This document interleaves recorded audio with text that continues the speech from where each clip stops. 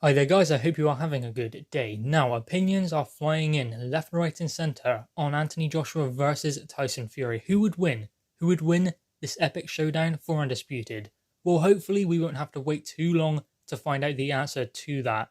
But there are many opinions, and there was Darren Barker who recently said that Tyson Fury would be the one who won that fight. He said also that Anthony Joshua confronted him about it. It was all in jest, and ultimately Anthony Joshua respects his opinion, and it's not taken too personally. Now, George Groves has also said that Tyson Fury would beat Anthony Joshua. This is what he had to say. Fury beats Joshua. He's just had a tougher journey to get to this stage. I think even though Joshua has had a lot of big experiences, he hasn't been in with the level of opposition that Fury has, so I have to pick Fury for that. So that is why George Groves believes that Tyson Fury will beat Anthony Joshua. Now, that is down to previous opponents, not down to technical ability, not down to power, movement, speed, or any abilities that either fighter have. He's basing that purely on previous opponents. Now, the only top level opponent that Tyson Fury has fought, and Anthony Joshua hasn't, is Deontay Wilder. Anthony Joshua has fought Vladimir Klitschko, just like Tyson Fury, although Tyson Fury was the one to end Vladimir Klitschko's reign. So maybe he was in there with a fresher Vladimir Klitschko and a champion as well. But then again, Vladimir Klitschko was extremely motivated and, in his own words, obsessed going in there with Anthony Joshua. So you can look at previous opponents. You can go on and say that Tyson Fury would beat Andy Ruiz Jr. Anthony Joshua beat Andy Ruiz Jr. Yes, he lost to him, but he lost to him fighting Andy Ruiz Jr.'s fight. When he fought his own fight, that was when he won. Do you think that Tyson Fury would go in there and trade with Andy Ruiz Jr.? No, he wouldn't. He would box him. He already said in Hot Boxing with Mike Tyson on that show, he said that he would tie one arm behind his back and jab his nut off. That is what he said he would do. And I believe him. He wouldn't tie one arm behind his back. He'd probably hold it there, but ultimately that is what he would do. Jab Andy Ruiz Jr. for 12 rounds.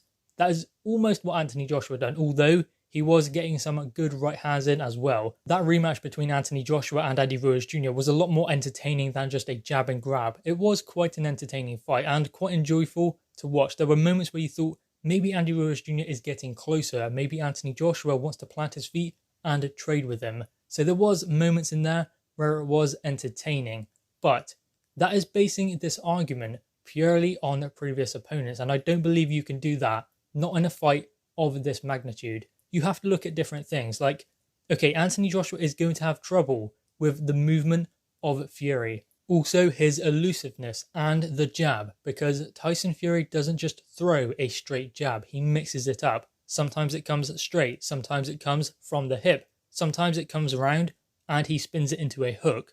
So Fury does vary that jab a lot, and his jerky style or feints, because that's what he does a double feint and gets the opponent to react to that. If Anthony Joshua just commits when Tyson Fury does that, then he can offset that rhythm of Tyson Fury. Now, there are also things that Anthony Joshua does that will trouble Tyson Fury. Anthony Joshua is probably faster than any opponent Tyson Fury has been in there with. Also, probably just as powerful, maybe not as powerful as Deontay Wilder, because Deontay Wilder does just have that big punch.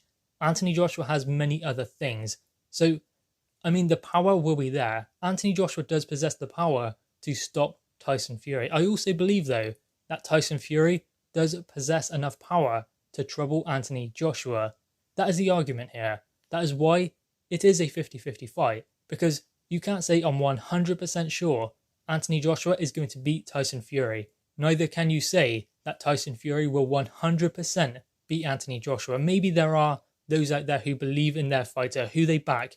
They may back Anthony Joshua, they may back Tyson Fury and say that I'm 100% sure that this fighter is going to beat his opponent. And there is nothing wrong with that, but you cannot necessarily go on at previous opponents saying that Tyson Fury has been in there with a higher level opposition than Anthony Joshua, because Anthony Joshua has been more consistent while he has been at the top. Obviously, you have that little blemish on Anthony Joshua's resume against Andy Ruiz Jr., but since becoming world champion, his next fight was Dominic Brazil, then Eric Molina, but then it was Vladimir Klitschko.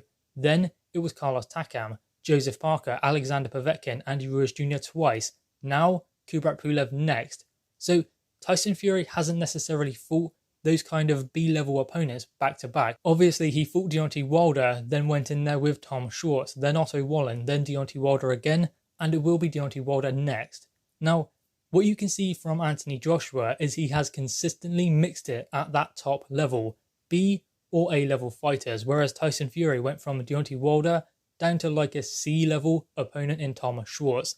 Then I'm going to say a C plus for Otto Wallen, but then back to Deontay Wilder. This will be the first time that Tyson Fury has fought a top level opponent back to back in Deontay Wilder, because I guess we have to rate him as a top opponent. 10 defenses of the WBC world title, and that is mostly down to his punching power, but still he can be considered as a top level opponent because obviously the 10 defenses of the WBC world title, that is hard to ignore. So this is the first time that Tyson Fury will be facing someone like Deontay Wilder back to back, and it will be interesting to see how he deals with that.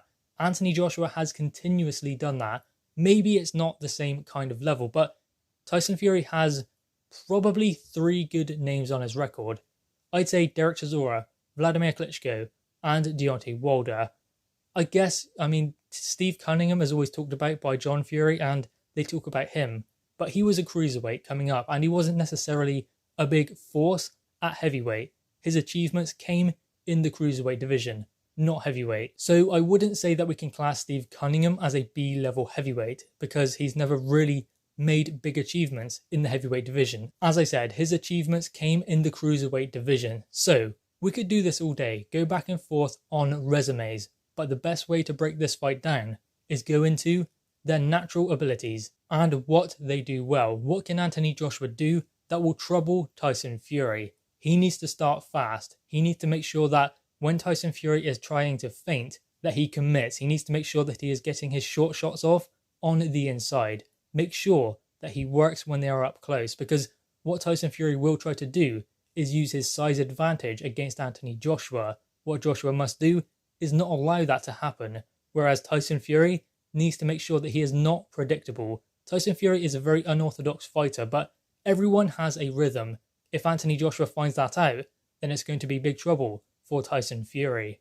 And I do not see Tyson Fury going in there and fighting Anthony Joshua in the same way he did Deontay Wilder. He will not try and walk Anthony Joshua down, because with Deontay Wilder, what Tyson Fury needed to do was nullify that right hand. Other than that, Deontay Wilder is kind of clueless in there with Tyson Fury. Anthony Joshua is different.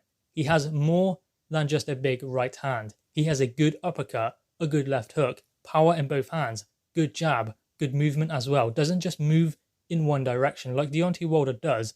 Deontay Wilder became very predictable early on in that fight.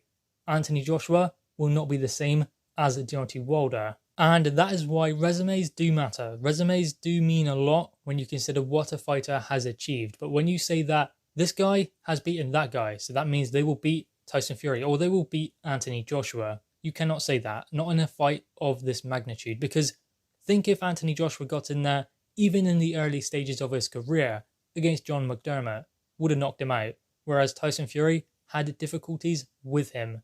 Then spin it and say Tyson Fury versus Andy Ruiz Jr. Tyson Fury, I believe, beats Andy Ruiz Jr. every single day of the week because he knows not to get into a dogfight with Andy Ruiz Jr. He would box him, not try and fight him. That was the one mistake Anthony Joshua made in that fight. So you could say this guy would beat Anthony Joshua like Andy Ruiz Jr. Then you could say that John McDermott maybe beat Tyson Fury. Obviously, Tyson Fury got the decision, but still, that's how you can go back and forth on resumes. Whereas if you look at their natural abilities and the ways they can trouble each other, that is when you start to see who can maybe win this fight, who can exploit the other one's weaknesses. That is when you can see also that it is a genuine 50-50 fight, because both fighters have never been in with a fighter like their opposition. Tyson Fury has never fought anyone like Anthony Joshua.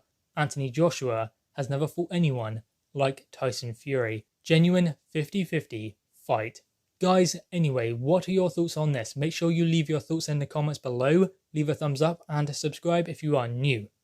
Thanks guys.